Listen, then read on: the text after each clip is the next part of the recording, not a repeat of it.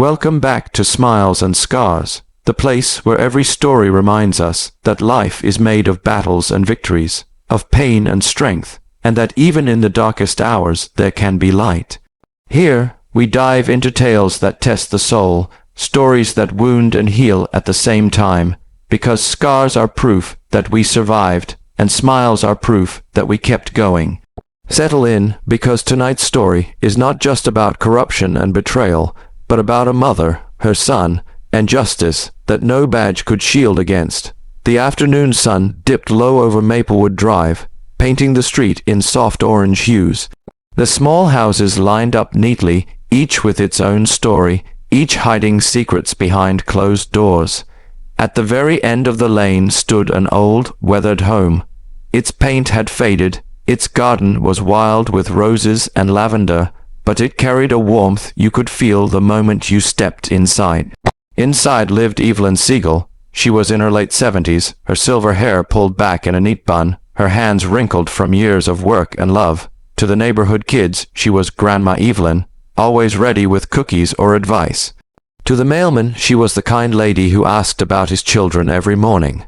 To the world, she was nobody special, but to one man, she was everything. Evelyn was Steven Seagal's mother. She rarely mentioned it. Photographs of her son hung on the walls, but when neighbors asked about him, she only smiled modestly and said, "He's busy, always traveling." She didn't need fame. She was content with her roses, her books, her quiet. But that quiet was about to shatter. The knock on her door came in the late afternoon. 2 men in police uniforms stood tall on her porch. Their names were Officer Collins and Officer Ramirez. To anyone else, they looked like guardians of law and order.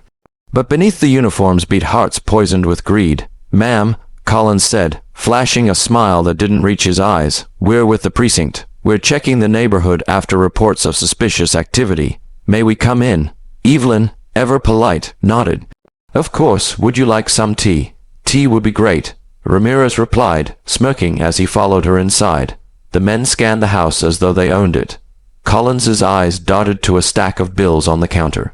Evelyn had just returned from the bank with her monthly savings, $2,000 in cash to pay her expenses. She didn't trust cards, preferred to keep things simple. She thought her home was safe. As Evelyn busied herself in the kitchen, Collins whispered to Ramirez, "Easy money." Ramirez grinned. "Old lady won't know what happened." Collins excused himself, pretending to use the bathroom. Instead, he crept into Evelyn's bedroom, rifling through drawers until he found a small jewelry box filled with heirlooms, a gold watch, a silver locket, rings passed down generations. He stuffed them into his pocket without hesitation. Meanwhile, Ramirez distracted Evelyn. "Do you live here alone, ma'am? No family around?" Evelyn set the teacups down with a gentle smile. "It's just me most of the time. My son visits when he can, but I manage fine." Ramirez's grin widened. "That's so."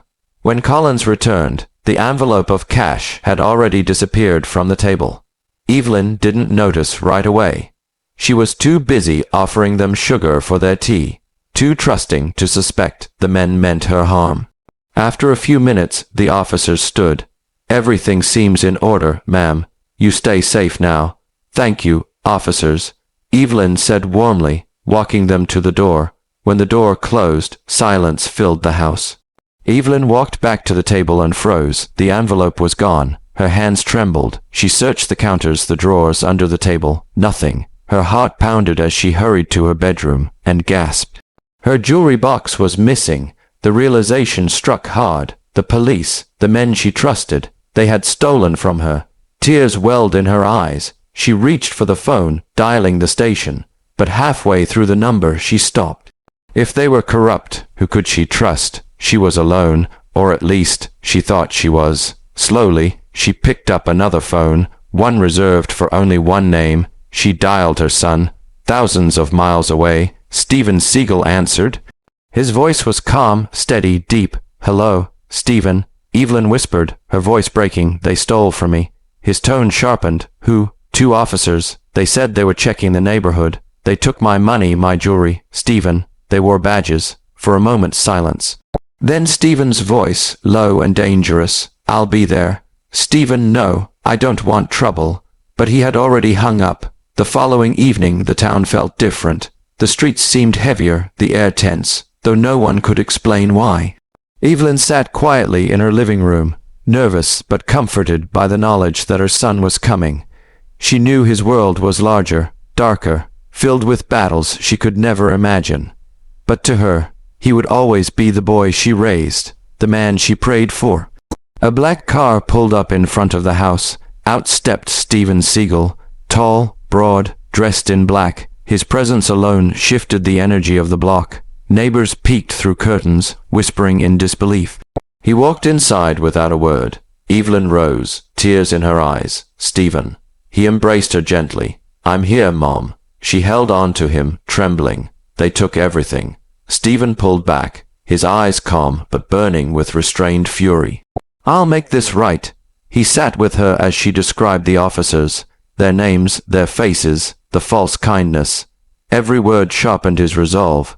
He wasn't just listening as a son. He was listening as a man who had dedicated his life to mastering control, to understanding power and justice. The next morning, Collins and Ramirez swaggered into the local diner. They laughed loudly, bragging about their bonus. No one dared question them. They were cops to the townspeople. They held power. To themselves, they were untouchable. But that morning, a shadow fell across their table. Steven Seagal stood before them. The diner went silent. Forks froze midair. Conversations died instantly. Collins sneered. "What do you want?" Steven's voice was calm, steady. "You stole from my mother."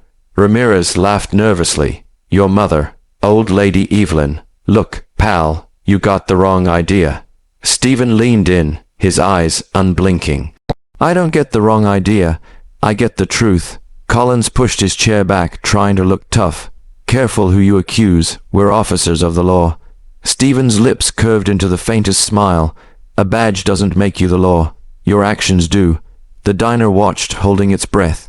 Collins reached for his belt, his hand brushing the holster. In a flash faster than anyone could follow, Steven moved. His hand gripped Collins's wrist, twisting it effortlessly. The gun clattered to the floor.